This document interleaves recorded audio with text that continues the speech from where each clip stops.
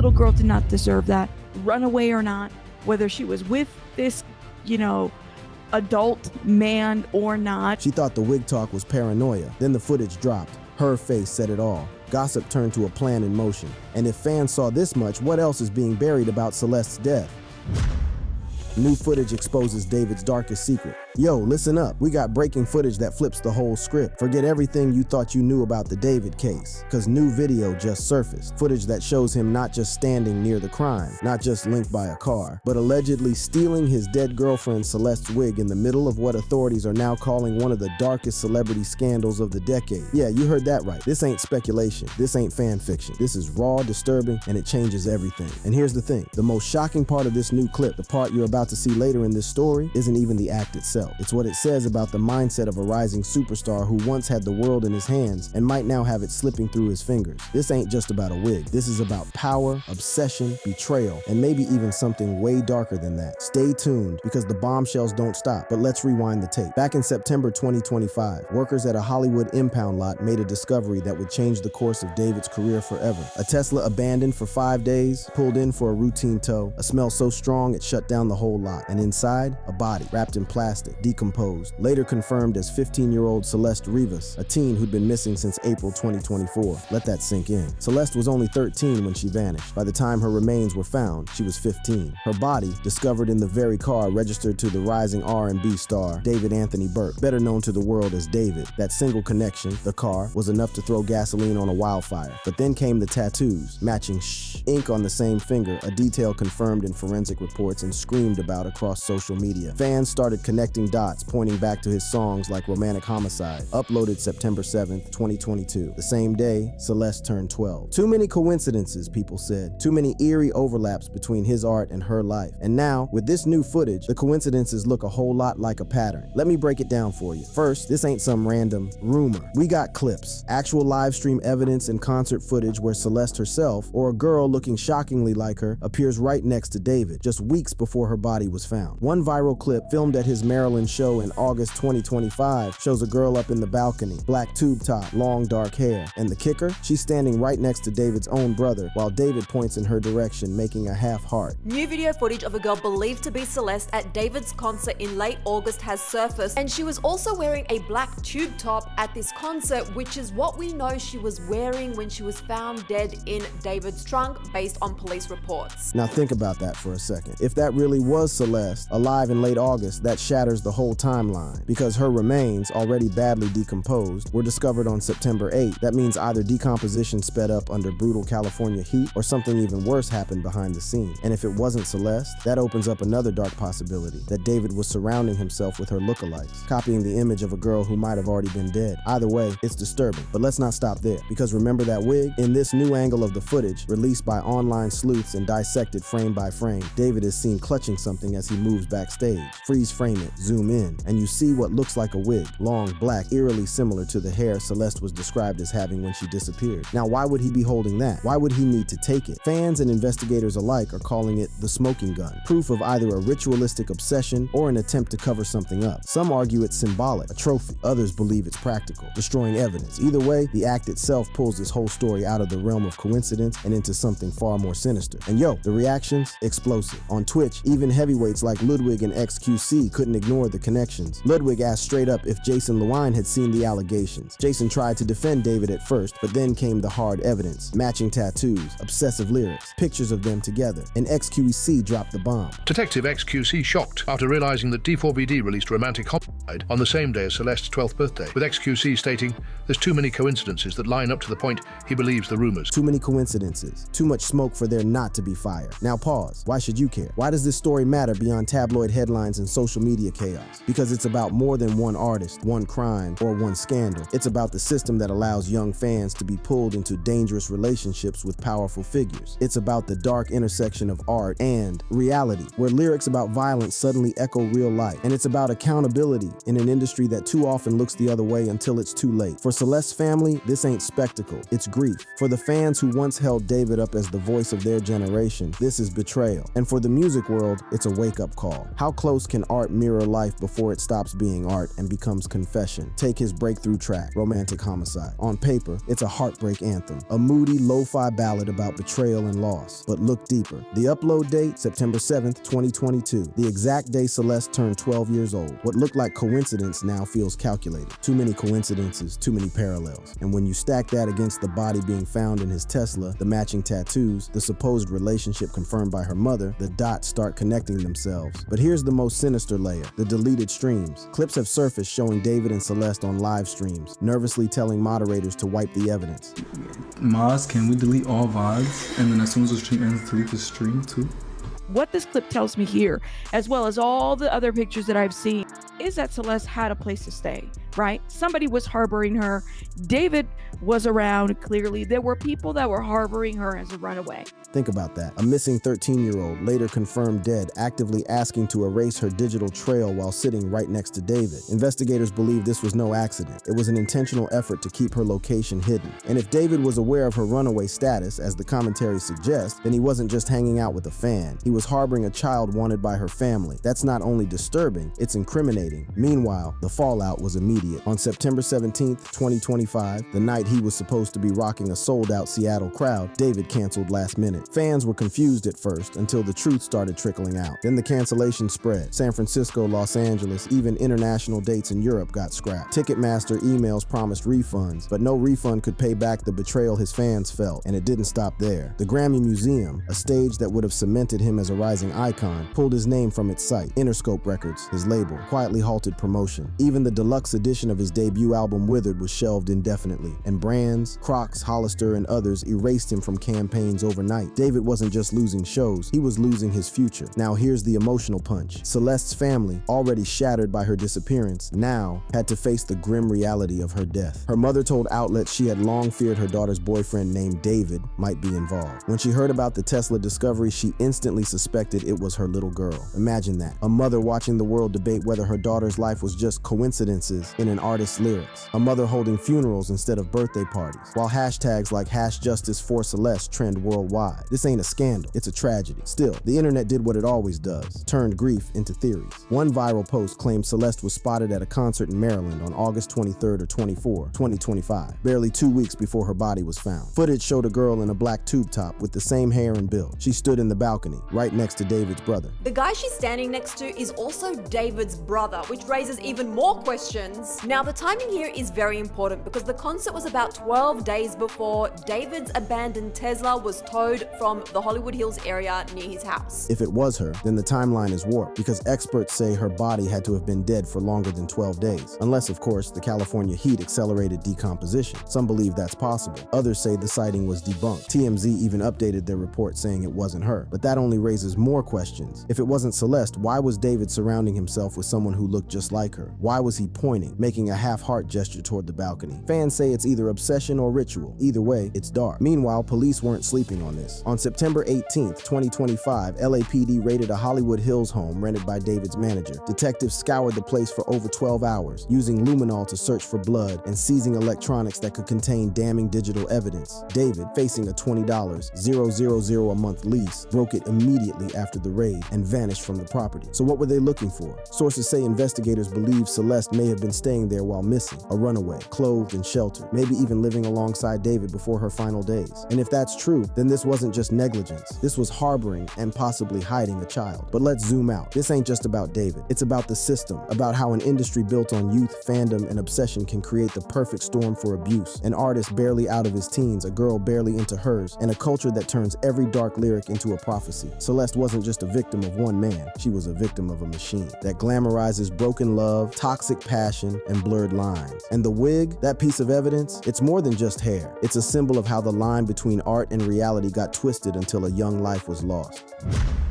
The bloody shirt, the broken silence, and the wig that shattered his career. Let's lock in on the detail that flipped this story from bizarre to terrifying: the wig. When that new backstage angle surfaced showing David holding what looked like Celeste's wig, it wasn't just gossip fuel. It was the first physical clue that tied his hands to her image even after her death. Investigators already believed she'd been with him in her final days, but the wig showed possession, not just connection. And in criminal cases, possession can mean control. From the jump, the timeline around Celeste's disappearance was suspicious. She vanished in April 2024, and her mother later confirmed she had a boyfriend named David. At the time, nobody connected the dots. But when her body was discovered in September 2025 inside David's impounded Tesla, the world suddenly realized she'd been gone nearly 17 months. The Tesla itself told a story. According to reports, the car had been abandoned near David's Hollywood Hills home for 5 days before police finally towed it. A ticket was issued, neighbors complained of the smell, and when workers opened the trunk at the impound lot, they found Celeste wrapped in plastic, badly decomposed. That decomposition matters. It meant she'd been dead for weeks, maybe longer, which is why the wig sighting matters. It could explain how rumors of her being alive into late August circulated while her body was already breaking down. Then came the raid. On September 18th, 2025, LAPD executed a search warrant on a Hollywood Hills property tied to David's team. According to reports from TMZ, detectives searched for blood, clothing, and personal effects that could confirm Celeste had been there while she was missing. They left with bags of seized evidence, including textiles and electronics. Neighbors told reporters the search lasted more than 12 hours, with luminol sprayed across the floors and walls. What investigators were after wasn't just was she here, it was how long had she been here and who else knew. And buried in the reports was one haunting detail. A bloody shirt was pulled from the house and logged as evidence. Police didn't release whose blood it was, but when paired with the wig footage, the picture sharpened. The wig said possession. The shirt suggested violence. Meanwhile, David's silence was deafening, but the internet didn't stay quiet. Twitch streams turned into courtroom debates. Ludwig brought on Jason Lewine, one of David's closest collaborators, and pressed him on whether he'd seen the allegations. Jason tried to brush them off as wild speculation, but Ludwig wouldn't let it go. He showed the tattoo comparisons. He showed the timeline of Celeste's disappearance, and when the wig footage came up, Jason had no answer. Fans clipped the stream and it spread like wildfire. The key moment wasn't Jason's defense, it was his hesitation. For many, that hesitation looked like guilt by association. And then came the merch pull. Tour after tour date had already been falling like dominoes, with AXS emailing fans about cancellations in San Francisco and Los Angeles. But it went beyond tickets. Fans noticed his official merch store suddenly went dark. Hoodies, vinyls, posters, gone. It was later confirmed by insiders that vendors were instructed to stop sales immediately. The wig footage was the breaking point. You can't sell a t-shirt of a man accused of stealing his dead girlfriend's wig during a murder investigation without looking complicit. For brands, it wasn't about morality. It was survival. Crocs, Hollister, and other partners quickly scrubbed his name, knowing the backlash would torch their reputations if they didn't. And while corporations scrambled, Celeste's family was grieving. Her mother told reporters she always suspected her daughter's boyfriend, David, was bad news, but never imagined it would end like this. In Lake Elsinore, the community gathered for vigils, holding candles under posters that once begged for her safe return. A GoFundMe was launched to cover her funeral expenses, which took place on October 4th, 2025. To them, the wig wasn't evidence. It was cruelty, proof that even in death, Celeste's image was manipulated and treated like property. And here's where the psychology gets dark. Multiple outlets reported Celeste had used fake IDs, leading some of David's friends to believe she was older. The Times of India wrote that his circle thought she was 19, only to be shocked when police revealed she was just 14 when they started dating. If wigs and fake IDs were tools in that deception, then David wasn't just obsessed. He was actively crafting an identity for her, one that blurred her real age, her real self, and her real life. The wig became part of that disguise, and when she died, he held onto it as though to hold on to the version of her he invented. That's why the wig matters so much. It's not just fabric and fibers. It's a symbol of control, obsession, and erasure. In the eyes of investigators, it ties him to her physically. In the eyes of fans, it makes his dark lyrics look like confession. And in the eyes of her family, it's one more way their daughter's life was stolen from her. The question now isn't, did David take the wig? The footage makes that clear. The question is why? Was it a trophy, a cover-up, or the final piece in a fantasy he'd been constructing since Celeste was alive? However, David soon started seeing the effects on his career. The first domino was his tour. Fans who'd bought tickets for his San Francisco and Los Angeles shows got emails from AXS saying the events were canceled due to unforeseen circumstances. One fan read the cancellation notice aloud on YouTube, their voice breaking as they realized the man they defended online wasn't just skipping a performance, he was vanishing from the stage altogether. That same weekend, his US dates were erased from Ticketmaster's listings. Europe and Asia stops stayed live for a few days, then quietly disappeared too. The final nail came when the Grammy Museum, where he'd been slated for an intimate showcase, pulled his name from their event calendar. A slot designed to crown him as a serious artist was gone overnight. Then came came the music blackout. Interscope, the label that had invested heavily in his debut album Withered, suddenly froze all promotion. The deluxe edition, which insiders said had already gone into production, was quietly pulled. Billboard noted the deluxe was scrubbed from release schedules, and radio stations that once had him on heavy rotation began swapping him out mid-program. Spotify data showed something stranger. While plays of Romantic Homicide and Here With Me spiked out of morbid curiosity, his artist page lost over 500,000 monthly listeners in less than a week. Fans weren't just streaming less, they were mass unfollowing him to send a message. And inside the fandom, things imploded. On Reddit, the biggest David community locked itself down. Moderators posted a sticky thread saying they would no longer allow conspiracy content. But within 48 hours, the sub was flooded with screenshots tying him to Celeste, forcing mods to shut the entire forum. Stan accounts on Twitter and Instagram, once dedicated to edits of his music videos, rebranded or deleted outright. The turning point came when Fortnite streamer Clix, one of his most famous collaborators, unfollowed him live on stream. That move sent shockwaves. If even his gaming inner circle was cutting ties, defenders had no ground left. Meanwhile, the Twitch debates kept fueling the fire. Ludwig's exchange with Jason Lewine turned into one of the most dissected moments of the whole saga. Jason, who had produced tracks with David early on, tried to defend him by calling the allegations out of proportion. But Ludwig pressed, "Have you seen the tattoo pictures? Have you seen the wig clip?" Jason stumbled, dodged, and then fell silent. That silence spoke louder than words. Chat exploded with accusations. Clips of Jason's hesitation became viral memes. Freeze frames of his face with captions like, "When you realize your boy might actually be guilty." Jason later tried to walk it back on his own stream, claiming he was just shocked, not complicit. But by then the damage was done. The fandom had turned, and David's closest collaborators were under suspicion too. While the internet was dragging him, investigators kept building their case. Sources close to the LAPD told the Los Angeles Times they believed Celeste had been staying in the Hollywood Hills rental in the months leading to her death. Evidence collected from the raid suggested she may have lived there intermittently, supported by footage of her appearing in streams and images that placed her inside bedrooms matching the house's interior. That changed the narrative. Celeste wasn't just discovered in his car. She may have been harbored by him for months. And if she was living in that house while missing, then everyone who walked through its doors had to have seen her. Which raises the question, how many people knew? The silence from the industry grew harder to ignore. When TMZ reported on the raid, they noted that David's lease on the house, worth nearly $20,000 a month, was broken within days. The New York Post confirmed he moved out immediately after the search. He abandoned the property like it was radioactive. But the music execs who'd profited from his rise said nothing. Interscope didn't issue a statement. Streaming platforms didn't address why his numbers spiked after the scandal. Brands like Crocs and Hollister quietly deleted him from their sites, but refused to explain why they hadn't cut ties sooner. It painted a disturbing picture. The same corporations that helped elevate him now ducking accountability for enabling his platform.